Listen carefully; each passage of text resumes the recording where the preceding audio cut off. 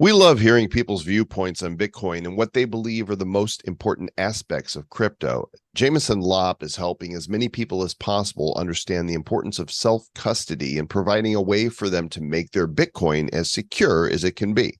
He's an old school Bitcoiner and a technologist with an epic beard. It's been a long time since he's rocked the mic here in the Republic of Bad Cryptopia, so we've got him back today. It's all Lop, and you can't stop listening to episode number 699 of the Bad Crypto Podcast. 5, 4, 3, 2, 1, 0, ignition.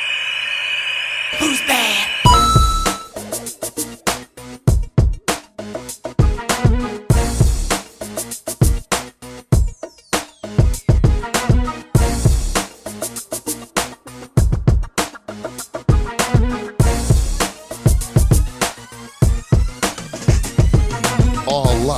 Can't stop, so you don't drop unless you got a plop. Sometimes if you got a plop, you got to drop. Sometimes you got to plop, and then we need to hurry up this episode here. Real Stop, quick. drop, and plop. It's when you. sounds good to me. No, this is a great episode, man. With Jameson Lop, I think you guys are really going to appreciate this one.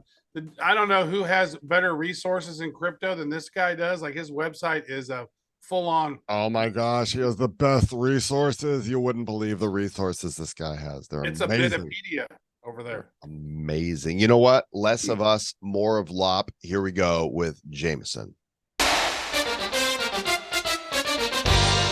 set the Wayback Machine to January 2018, episode number 72. Mr. Jameson Lop graced us with his presence and his epic beard, which is still just as epic today. He's got a lot of entrepreneurial spirit in the crypto space and helping to bring people into the self-custody world for their Bitcoin wallets. And he's got a lot to say. We're going to find out what his latest thoughts are today. Jameson, welcome back to the Republic of Bad Cryptopia, good sir. Long time no see. Yeah, I feel like the beard that you're getting those white strips now, right? Where it's yes, no, you can definitely go back and check. I think back then I only had like one streak, but it's growing out further. It's great. That's like the bear market for you. It's like it's like you have beard fangs. That's that they're like keep your own Bitcoin. Yeah. That's nice. That's good. Hey, we appreciate you coming back on the show. You know, it's been a long time since January of 2018, dude. That's almost 6 years ago you've been on. So, you know, you've kept your finger on the pulse. You've been building a lot of amazing things. And so we want to touch base on some of those things. But, you know, really, let's kind of give a refresher. Some people might not know you. So maybe what initially drew you to the whole crypto world and maybe what were some of your first projects in the space so people can get reacquainted with you? Yeah. Well, it's been about 11 years now. I think I came across Bitcoin on a Slashdot post back in 2012. I'm sure I had come across it before, probably also on nerdy sites like that. And I had dismissed it, as many do, as, you know, nerd money that everybody was gonna lose and, you know, would end horribly. But for some reason, when I saw that particular post, I ended up reading the white paper and kind of tickled the computer science parts of my brain along with some of the libertarian beliefs, and thought it was a really interesting project. And unlike most white papers, I could actually understand it. And from there, it just really kicked off an exploration down the rabbit hole, as you know, you and many other people have also gotten sucked into over the years.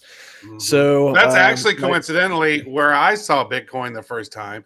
And then I talked to a bunch of friends about it, and they all said that I was stupid and that was a dumb thing. But I mined some, and then it crashed my computer. So instead of going, oh my God, I need to get stronger computers and build a warehouse, these computers. I said, what the hell, dude? You just screwed up my computer. Oh man, this sucks. And so I had to get a new computer, and then I lost those Bitcoins. So that was awesome. You know, Hal Finney actually said something similar I think he mined, you know, on his laptop for a couple of days, but then he got annoyed because it was making the fan spin too much. So he turned it off. destroyed my computer. I mean, it destroyed the fan, which then the fan was dead, and then the rest of the computer died. But obla di, obla da. Good Well, stuff. here we are, 5.5 years further down the road from whence we last spoke, and the world economy is just a hot mess, right? Governments are printing more worthless paper money than ever before. We've got politicians allegedly in control that don't necessarily have the best interests of citizens at heart. How important do you think Bitcoin is now, and how has your thinking evolved onto its relevancy to our day and age? Oh boy. When I started off with all of this, it was an interesting thought experiment, and I sort of saw it as the type of project that, maybe on a generational time scale, it could be interesting. If you basically have this deflationary currency that nobody can screw with, then inevitably over decades, other nation states are going to continue to devalue their currencies. So I think very few of us expected Bitcoin to grow as quickly as it did. Though once it started doing that in various growth spurts, now I think some people may have overcorrected on those expectations and expect it to go mainstream any day. But from many different metrics, it has gone mainstream, or at least mainstream in terms of a non-trivial portion of the population knows what it is, or they've heard of it. But of course, they probably have very little fundamental understanding of why it's interesting and why they should probably be using it. But it has been interesting, I think, to see who has got it per se. Who uh, amongst the global population has seen value in Bitcoin. Obviously, a lot of people don't see value in it, and that's because of their own perspectives and things that they think are good and bad. But Bitcoin doesn't care. What really matters is those of us that do find it valuable, and especially those of us who find it valuable enough that we spend our time, energy, resources working on the system, maintaining it, trying to better understand it, and in your case, like trying to convey that understanding to a wider audience. Yep, people got to figure it out, and I think that we've gone through a couple of bull runs now, right? Since 2017, we started doing the show 2017, and then we personally experienced a couple of bull runs and bear runs now, bear markets, and people who it's so wild. It's like, oh, crypto goes up, everybody's interested in crypto. Crypto goes down, people stop being interested in it. Oh, it goes back up again, the big hype cycle. And it seems to us that the halving's happening right around the corner, not too long from now. I mean, we're about 6 months away from it, maybe a little bit longer, but it seems like we're at about that time where that bull market starts getting a little itchy, starts rolling a little bit, and now the interest is going to go back into crypto. So maybe what would you suggest to the new people who are just going to start figuring out about crypto? They're going to come in again because they always do. And this next big hype cycle, what advice would you have for them? It's very simple. I tell people I don't give financial advice, but I do give investment advice, and that basically is you should invest in education. So Mm-hmm. go to my website, bitcoin.page. There's like 2,000 links on there in dozens of different categories, and it's never too late to start learning about this space. The main thing that you need to avoid is getting too much FOMO, too hyped up and overeager, and basically jumping in and getting over your head, because you need to understand that this is a very unforgiving space. Mhm. On one hand, there's some great properties and utility that you can get from this technology, and that basically is a result of the fact that you can take custody of your keys and you can interact with these protocols and networks without having to ask for permission, without having gatekeepers that can screw with you and decide how you can use your own money. But the flip side of that is you take on a lot of responsibility, and if you make a mistake and you don't know what you're doing, it can be catastrophic. Your There's hard drive with 50 Bitcoin could end up in the garbage dump somewhere in Kansas City. Yeah, there's Trent. no crypto Karen out there. There's nobody that Karen can complain to and be Well, like, talk to the "Hey, manager. where's my bitcoins? I need to know." And I got to tell you, dude, your resources have grown tremendously. I know it's lopp.net, and I think you got it mirrored at the other. Would you say Bitcoin.page? Yeah, Bitcoin.page goes the same place. It's just Okay. easier for people to remember, I think. Dude, those resources are spectacular, folks. If you want to learn more about this, you definitely want to go to there. All those resources are tapped out. And actually, if you go and look under podcast, you might see a few podcasts that you know. Yeah, there we are. That's good. Yeah. So, as we're looking forward, of course, nobody can actually predict squat. What we can do is we can look at trends, we can look at past history, and we do know that a halving is coming. And those of us who have slogged our way through this bear market are quite optimistic that next year, 2024 and 2025 are going to see all-time highs again. Are you of that same mindset? Well, I certainly hope so. Not it would be not only good for me personally, but it would be good for all of the businesses in the space. You've surely seen over the past year or so, the bear market is rough. A lot of people have had to kind of downsize, lay people off, really trim the fat so that we can hibernate through the winter and hopefully emerge in the spring and be ready for the bull. This is I've done this 3 or 4 times, and the bear markets are good for the builders and the technologists like myself because there tend to be fewer distractions. Though this time around, there's still a lot of drama and distractions of all the mess that is still being cleaned up from a year ago. All the court cases and stuff. But we can get our heads down and build more and basically prepare for the next onslaught, because once the bull market does come, those of us who are running companies in the space, we tend to have the opposite problem where we are basically struggling to keep our heads above water. Mm-hmm. Mm-hmm. Let me do a quick follow-up on that. Bitcoin in general, we always say is unstoppable money. Under what circumstances do you think it would take? How big of a black swan, how swanny must it be in order for Bitcoin to fail? What is, like, if you were going to write a piece of fiction and go, this is how it ends, what would it look like? Well, I can certainly think of plenty of apocalyptic events. Yeah, But, other than, hey, we're all screwed and the zombies are here. yeah. So those are less interesting because the TLDR of most of those is you've got bigger problems to deal with, so people Right. won't be worrying about the Bitcoin. For sure.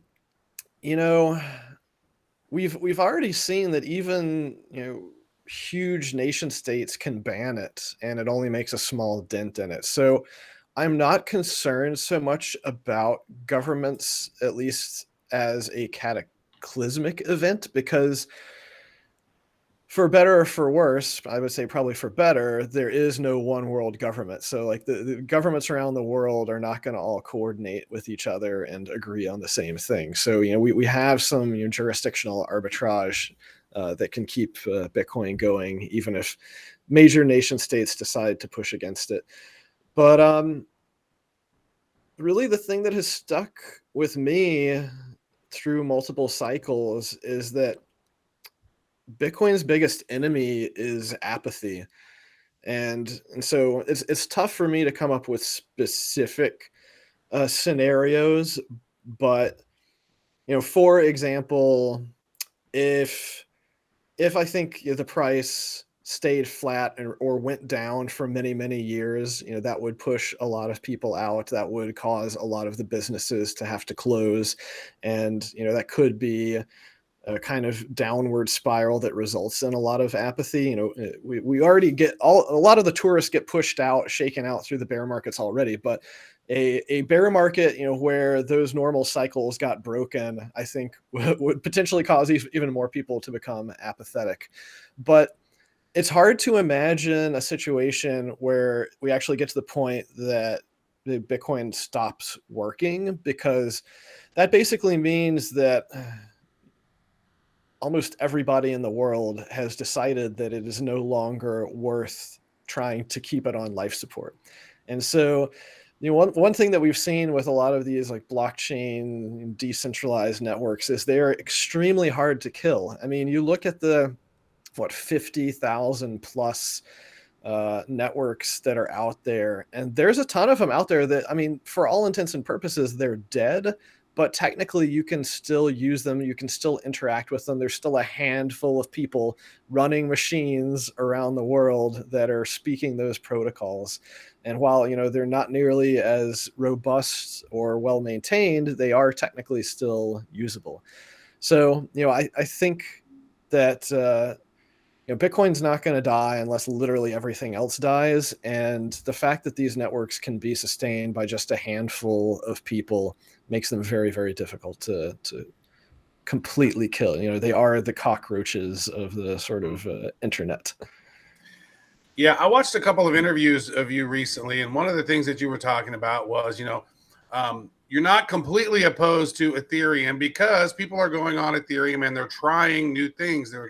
It's innovative, and sometimes they're doing some silly things. But what you said was, I would rather than be able to do those silly things on Bitcoin, to explore on Bitcoin. So now we have things like Noster and Bitcoin ordinals and some other stuff that's being built on top of that.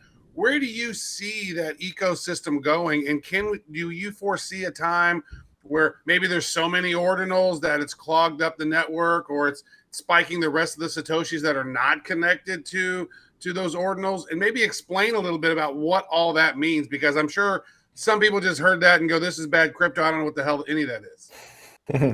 Yeah, I mean, I think the short version is that I'm a technologist and I am always in favor of permissionless innovation.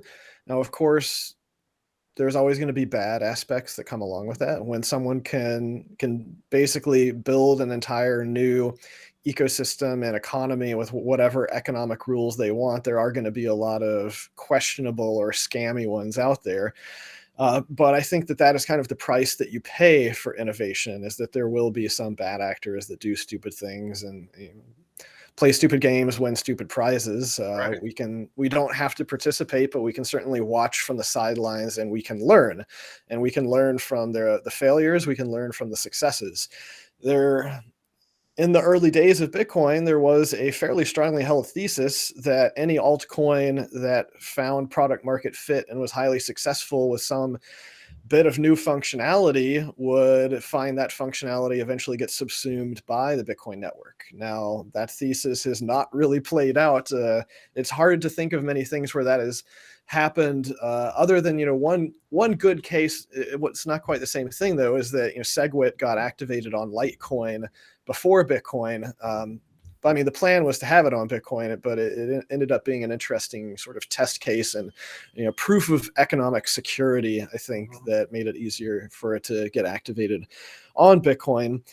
Other than that, sort of novel functionality, we haven't really seen that getting subsumed. And so I'm still somewhat hopeful that we'll see more and better layer twos. And this actually kind of segues into some of the side chains and drive chains and now spider chains discussions that have been having over the past month or two. And that was another thesis back from like 2014, 2015, that the Bitcoin ecosystem would grow and would add more functionality via having a sort of blossoming ecosystem of many side chains that are pegged to each other. And what that basically means is you have many different blockchains, but under the hood, they're all still effectively using the Bitcoin tokens. You just be able to move your Bitcoin tokens from one blockchain to another, preferably without having to ask permission. And that permissionless two-way pegging mechanism, unfortunately, has yet to be developed. Yeah, that's not what happened at all. Instead, we have all of these other chains and L2s. And by the way, you get 5 points for use of the word subsumed. I think that may be the first time that it's been used on the show. So you get points. You can spend those on nothing, but they're yours. Congratulations. You are a technologist, and as one, you are building technology. And, we've all spoken for quite some time and written about the fact that if you don't have your keys, it's not really your crypto. You can easily get hacked, lose it, so forth. And you are a huge evangelist for holding your own keys, so much so that you have developed a software product at keys.casa. Tell us what this is all about. Yeah, so I guess I switched over to Casa just a few months after we last spoke. Okay. The short version is that for the first 3 years that I was working full time in the space, I was working for a company called BitGo, and they were one of the first multi-signature wallets out there, but they were specifically targeting enterprises. So BitGo basically was kind of the security product that was used by a lot of exchange and payment processors. And we learned a lot over the few years when I was there. And I felt like there was still a hole in the market. And that was basically, a highly secure but user friendly for individuals type of product. So Casa is it's really what I believe is the best self custody product that we can architect with the current technology. Now, there are some nice improvements on the technology that are coming down the pipeline, and we're definitely doing research and development on. But the short version is that I saw many catastrophes over the years, and I started building this sort of mental checklist of best practices of how to do self custody. And as you know, if you look at my website, there's a huge amount of resources, really an overwhelming amount of resources. Even if you just go to the security section and you try to learn how to do self custody, right? So the goal of Casa is to put forward a user friendly wallet that, as long as you just follow the instructions that are presented to you in the mobile app, you get yourself into this architecture that is highly robust, and it eliminates single points of failure. So that's the number one thing that we keep in mind whenever we're doing anything at Casa, is that we're developing products that don't have single points of failure. And the reason for that is that we understand that people are human, people make mistakes, people aren't security experts, and we want to remove a lot of the rough edges, a lot of the foot guns from self custody that result in people losing their money, in many Right. cases just locking themselves out of their money. And so having multiple keys on multiple different hardware devices in multiple different geographic locations, we found gives you a level of resilience so that you can have failures and you can gracefully recover from those failures. So my question would be around this then. So is it, because it looks like it's just a mobile app or it's a desktop app? Does it have a hardware component to it? Because I'm not seeing one if it does. Yeah, absolutely. And yeah, it's not possible with Casa. Like, we don't let you have a multi-sig setup where all of the keys are on internet connected devices. That would be a huge Yeah. potential point of failure. So we offer both 2 of 3 multi-sig and 3 of 5 multi-sig, and different levels of support plans. I think that's one of our big differentiators, is really that at our premium tiers, what you're really paying for, sure, you're getting a nice software user experience, but what you're really paying for is white glove consultation. So you can literally get on the phone with us. Basically, think of it as a bunch of mini Jamesons who have been trained, gotten all the knowledge dumped from me on the best practices, and we help people navigate the decisions that need to be made. Everyone has a different set of variables in their life, different threats to incorporate into their security model, different levels of convenience versus security that they're going to be interested in making those trade-offs. And we help you make those decisions while not actually taking control of your money, though we do hold one key as an emergency recovery mechanism that you can set different authentication protocols with us of how that key can be requested to be used, and that can help you get out of certain sticky situations. I think of a bunch of mini Jamesons running around. Do they all have the beard? That's what I want to know. That's important Jameson stuff. Very AI. few. Let me ask this then. So say you know, as more people get involved with crypto and then populations get older, people die, like, is there something built in for like retirement or, you know, even to, you know, inheritance kind of thing if somebody passes along? Yeah, inheritance is kind of like the final solution, right? So like a lot of people get into self-custody, and there's a million different ways that you can do self-custody. Um, but getting an inheritance set up is this really interesting balancing act, Mm-hmm. because on one hand, you want to put yourself into an architecture where only you are able to spend your money. Right. But then you magically want this switch to flip if you cease to live. Yeah. And then you want some predetermined person or set of people to be able to spend your money after that. So yeah, we do have an inheritance product, and that is at our highest level tier, because that requires even more consultation, more planning, more you're thinking about all of the different situations, Yeah. It's a because perplexing problem because some people would, I mean, what's going to happen is you have this expert who knows or in their own world. All right, I set up Casa, I got it up, I'm pretty proficient with how it all works. And then now they're dead. And then, oh no. And then the people who are probably going to come in are way less sophisticated to try to figure out how to grab whatever crypto's in that account. So that could definitely create an issue. Yeah, and that's, I think, another reason you might want a service like Casa to be able to facilitate recovery in inheritance situations. So you still have the experts available, and we can help the heirs, the beneficiaries, to get through that process. And there's a lot of decisions to be made. For example, it may not just be a question of, okay, what happens if I get hit by a truck? Some people, of course, they start thinking about inheritance more when they have kids, and Right.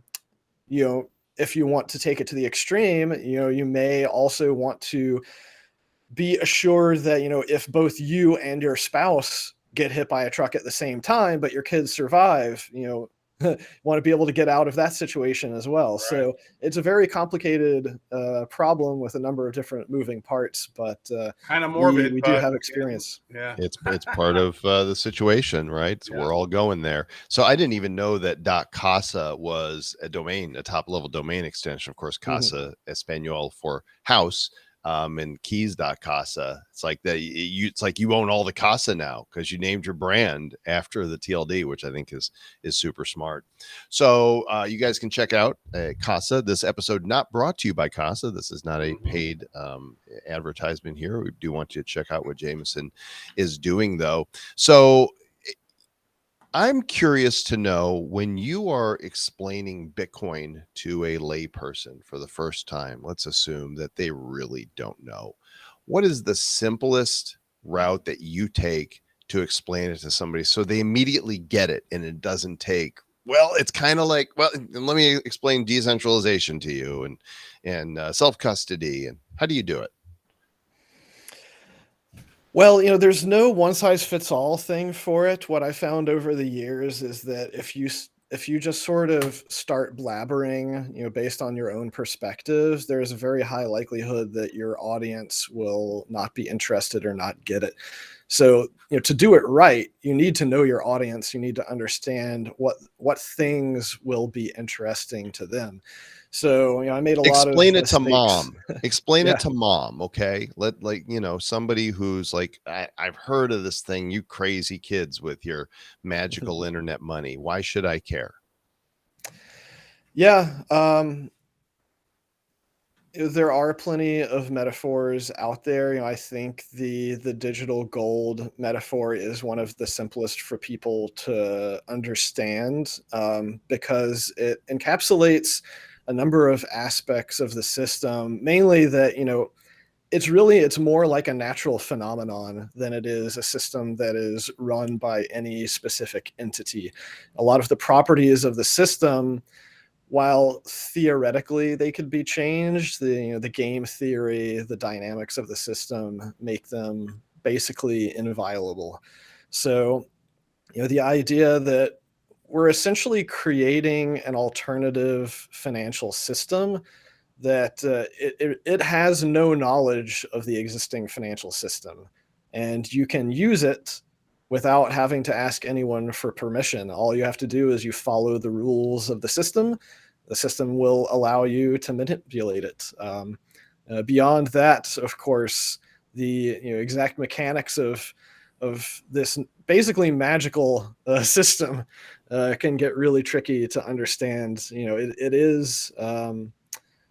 I think it's pretty fascinating that the whole thing worked. And if you look at the people early on who were trying to understand it, probably like 98% of even the early cypherpunks scoffed and said, no, this will never work because of X, Y, or Z. But just so happens that Satoshi managed to figure out the game theory, and it's been working for 14 years now. Yeah, that's great. I want to ask about this. One thing I've always thought about is that, with Ethereum, they have those stable coins, right? USDC, USDT. There's a lot of debate on how those are good or not, or if they're backed by real money, or how it goes. Do we think we might ever see a Bitcoin stable coin? Because it's weird, right? Because Bitcoin's always pegged to the US dollar. The US dollars could potentially be doing some weird stuff here as we reach the end of life cycle for the old financial system, right? And it's like one of those things. It's like, okay, we know crypto is going to go up, crypto is going to go down. Sometimes it's good if you're a trader, you want to get out and maybe put it in a stable coin because the volatility of it. But there's not a Bitcoin stable coin yet. Is that something that we could foresee in the future? Well, there is something called stable sats, which is a way of representing dollars over Lightning networks. And I think that it's basically like a type of derivative. Really? So, depending on how you classify it, that might count as a Bitcoin stablecoin. I'm sure that over the next year or two, we are going to see some of the existing stablecoins start to issue their tokens on Lightning Network, as Taproot Assets becomes a thing and works its way into production. I think RGB is another project that can also let you do similar tokenization. And kind of going back to some of your early questions about ordinals and stuff, I'm not bullish. While I'm interested in seeing people do the permissionless innovation, I'm not particularly bullish about any of it that is working on the main chain, especially if you're using a lot of data in block space, because we already know that's not going to scale long term. Yeah, so even if those on chain or on the base chain products and pieces of functionality do become a sort of long-term use thing, I think they're going to be very niche markets, simply because it's going to crowd out anything except the very highest value use cases. So when do you think that we make that move on the technology adoption curve from early adopter to the beginning of mainstream adoption? Is it these ETFs for BlackRock and Vanguard and whoever else, or does that not even put us there yet? Yeah, I mean, I feel like we're already somewhat there. I believe Coinbase has said that there's something like 20 or 30 million crypto owners in America. I'm assuming that's based off their own internal metrics. Yeah, and they put that on that can that they distributed recently. Yeah, that's not nothing. That is definitely like very solidly in the early adoption 10-15%. Yeah, that's pretty good. Maybe we are. It is fascinating watching this stuff go, and in this new life cycle, it looks like, wow, as the halving happens again, and it's going to go down to 3.125 or something much smaller. And then so each subsequent halvings are going to seem to have less of an impact on the overall volume because, really 90+% of Bitcoin's been mined almost, right? So it's like most of it's already out there. A lot of people are holding it. They're not selling it. They're keeping it in their own place. So I think this is maybe kind of a dual question. Do you think we'll get to a time where Bitcoin no longer has 8 decimal points, but maybe they say, hey, there's only there's only 21 million of them. So let's move this to 10 decimal points or 12 decimal points. That way that Satoshi can get broke down into smaller amounts, because it seems like if there's only a finite amount, then the only way to go is to divide that way. That's super deflationary potentially. Yeah.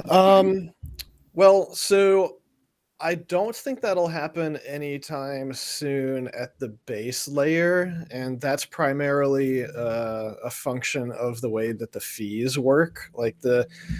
I think we would need like much larger block sizes and lower fees in order to justify further subdivision, because the fees, I think in best case scenario, you're paying at least a few hundred Satoshis for an on-chain transaction fee at the very lowest fee rate that is currently allowed and relayed. However, it is already possible to send milli Satoshi increments on Lightning Network.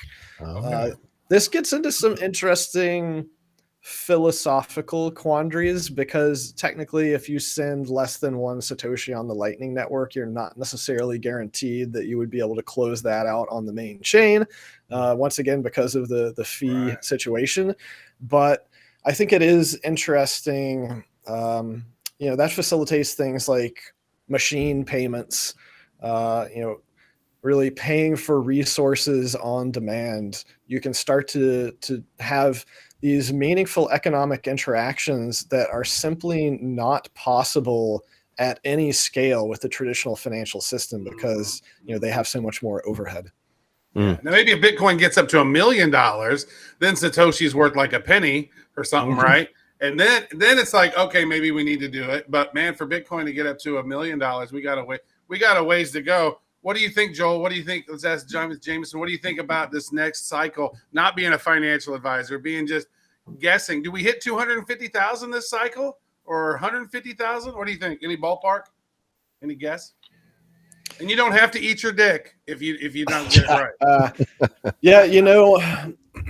Another reason why I think that price predictions aren't necessarily interesting is because it's actually a two variable equation. Bitcoin going to $250,000 doesn't necessarily mean that you're going to be able to buy a house with one Bitcoin. It could be that fiat has collapsed so much that it goes to $250,000. That's why I've always thought when Bitcoin hits $1 million, it's because the dollar has tanked, right? So something crazy has happened. Yeah, that's a good point. Well, Bitcoin millionaire, but it doesn't matter because it cost me $500,000 for a roll of toilet paper. So, well, let's close out with this then. Hindsight is the best vision of all. And if you're going to look back, let's say to when you first discovered Bitcoin, what does Jameson today want, younger Jameson who just discovered Bitcoin to know? Mainly that I should care about privacy more. Unfortunately, I had to learn my privacy lesson the hard way of getting swatted and then having to spend a lot of time and money basically burning down my old life and starting over again. Those are really the two things, especially in this space, but really in general, working in cybersecurity is this is why I'm somewhat bearish on humanity in terms of privacy and security, because humans are so, you could say, lazy, but that's a nice way of putting it.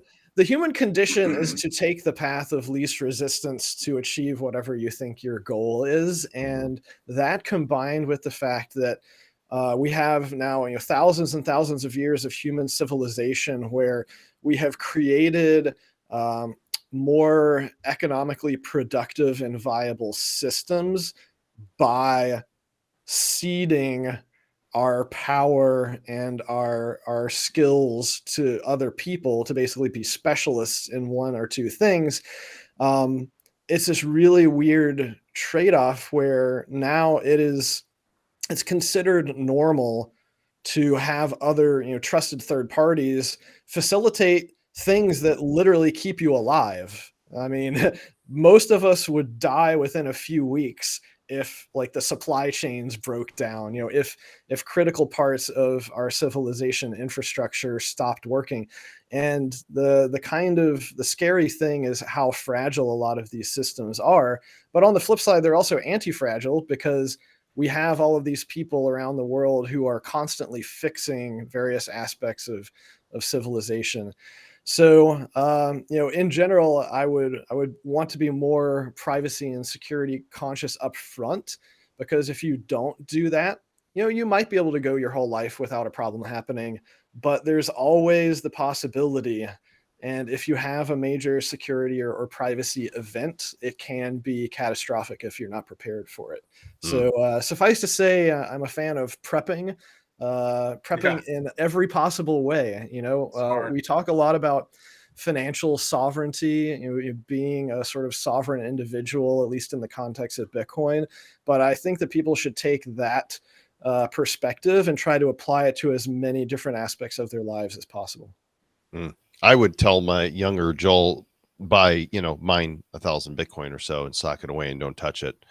Then mine was a lot simpler than yours. Anyway, Jameson, I love that. Bearish on humanity, which is good. Thanks for coming on, man. The website for all things Jameson, Lopp.net, LOPP.net. And as Travis mentioned, the resources that he has here, this is definitely worthy of a bookmark. So much content right here on Bitcoin resources, everything that you could ever want. This might be the most definitive resource site that I have seen yet. So Jameson, thanks again, dude, for coming on. I guess we'll see you in 5.5 years. Hopefully less than that. Okay. See how we got right into that interview, Trav. We were just like, boom, you just got to hear what Jameson's got to say. Hope you guys check out the show notes with the links to all his resources at badco.in/699 and get secure with your Bitcoins. That's right. In the Casa. So yeah, not a sponsored podcast at all, but just wanted to chat with him because he's been a true thought leader, man. He got a Bitcoin at the same time as me, but he looked at it in a little different way. Like I was like, damn, it ruined my computer. He's like, oh my God, this is the best thing. I was like, screw you, Bitcoin, you piece of shit scam. He's like, oh damn, this is gonna be great. I look at that and I go, I always laugh because I don't laugh, I silently cry. But I look at it, I go, man, I was buying so much gold and silver in 2011. And then my gold and silver now is worth about half of what I paid for it. If I had only taken a quarter of that and put it in Bitcoin, I would be somewhere in the most ridiculous house you've ever seen and living large. But it's like, I didn't do that. And it's like, wow, man. It's like seeing gold and silver, what it was doing then, it was almost like the 1980s whenever the Hunt brothers were manipulating the silver markets and hit up to $50 because like silver hit 45 or something then, I remember. But I do have some cool, amazing, epic coins still, Joel. So I got that going for me. So there's something. It's not a complete wash. Yeah. Yeah. So you guys are going to want to tune into our next episode because it's number 700, 700. And we're going to be talking a lot about our thoughts of what's happened so far, the story so far, especially thoughts from being in the midst of this bear market and perhaps getting ready to come out the other side. Like the bear market birth canal, if you will. Is that a really bad? Well, that's what it is. Is like during the bear market, everybody gets nice and fat, and then during the bear market, we're all in the bull market, everybody's getting nice and fat. In the bear market, we're all getting skinny because we're burning that fat, and we're like, "Come on, bull market, let's go again. We're ready to go." I'm about 20 pounds lighter. Speaking of burning, right now, nice. I've been burning. But that's all calories that you gained when you went on that cruise. Yeah, it's you're not too far from the truth, dude. You're back to normal now. It's like because you're telling me I'm just here on this cruise eating every buffet possible, and when I come back, I'm going to lose some weight. So basically, you lost some weight, but it was all the weight you gained on the cruise. So shut up. Why you got to be mean to me? I'm not going to want to do episode 700 if you're mean to me. Okay, screw you guys. Let's just stay at 699. That's a good number. Nikola Tesla would approve of this number. 69.9. No, the 3, 6, and 9 were Nikola Tesla's energy, frequency, vibrations of the universe. It's all tied together. And so he loved them. Every time he would stay in a hotel, it always had to add up to the number 3 in some way. He was very, very focused around the numbers 3, 6, and 9. So this is episode 699. So this is one of the most powerful episodes in all of Bad Crypto so far. My gosh, you guys need to maybe make number sure 693 or number 369. One of those. guys make sure you are subscribed. Tell a friend. We'll see you on episode number 700. Until then, please of bad staying shall you be. If I'm going to do that, I should do it like Yoda. Bad you must stay. That sounded more like Fozzie Bear. Fozzie Bear needs to go plop now.